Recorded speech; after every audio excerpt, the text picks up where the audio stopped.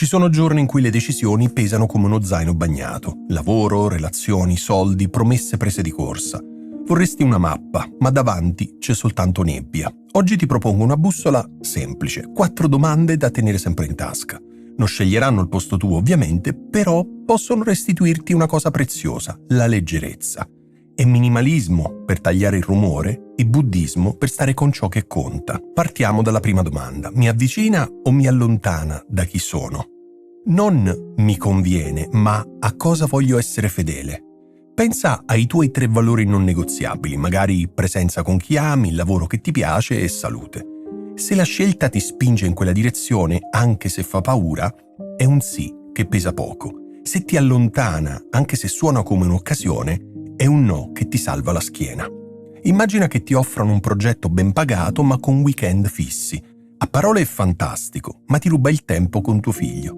Ecco, la bussola ha già parlato. La seconda domanda chiede sincerità. È un bisogno o un desiderio travestito? Il minimalismo fa questa distinzione ogni giorno. Il buddismo direbbe di osservare il desiderio quando sorge, senza correrci dietro. I bisogni nutrono nel tempo, i desideri lampo promettono picchi e poi lasciano buche. Vuoi cambiare telefono per lavorare meglio? Se lo rimandi di 30 giorni, la tua vita peggiora davvero o rimane uguale? Se rimane uguale, probabilmente è solo dopamina con il cappotto buono. La terza domanda allarga lo sguardo. Se domani tutto cambiasse, sarei felice di aver scelto questo oggi? Non serve drammatizzare, serve prospettiva. L'impermanenza in pratica. Tieni in vita una relazione che ti prosciuga perché magari migliora. Guarda dal domani. Se avessi meno tempo, vorresti averlo speso così? Spesso in questo punto il cuore risponde prima della testa. E non mente. La quarta domanda sgonfia l'idea del tutto o niente. Posso scegliere una via di mezzo gentile? Non tutte le decisioni sono binarie, fortunatamente. A volte il sì più sano è un sì piccolo e reversibile. A volte il no migliore è un no chiaro ma affettuoso. Sul lavoro può diventare un prendo parte del progetto per 4 settimane e poi rivalutiamo. In una relazione può suonare così, ti voglio bene, ma su questo non me la sento, cerchiamo un'alternativa. Anche nella gestione del tempo può funzionare. Non posso questa settimana, ti scrivo io lunedì per fissare. Confini netti e tono caldo. Ok, ma come si usa questa bussola quando la testa fuma? Prendi un foglio, scrivi le 4 domande e rispondi senza romanzare, 5 righe ciascuno al massimo. Poi fai una prova di 24 ore. Vivi come se avessi già scelto e ascolta il corpo, il respiro, le spalle, lo stomaco. Il corpo è minimalista, non argomenta, lui indica.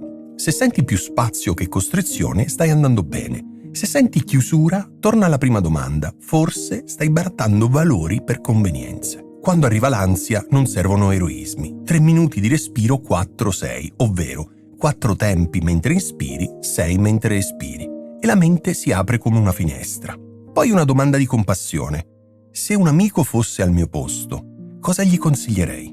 Di solito la gentilezza accende la lucidità. Alla fine, il cuore si fa leggero quando l'allineamento sostituisce la perfezione. Minimalismo è togliere dalla decisione colpa, confronti e urgenze inventate. Buddismo invece è sedersi accanto alla paura senza darle il volante. Non sei una macchina che ottimizza, sei un essere umano che impara. E le scelte non sono verdetti, sono passi. Si può aggiustare rotta, riparare e ricominciare. Se questa bussola ti ha acceso una lampadina, dimmi nei commenti quale decisione stai guardando adesso e quale domanda ti ha aiutato di più. E qualunque strada tu scelga, tieni con te questo piccolo, semplice promemoria. Meno rumore, più verità. È lì che il cuore diventa leggero.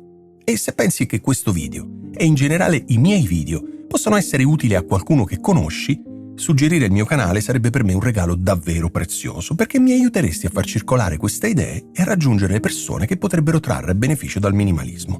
Grazie.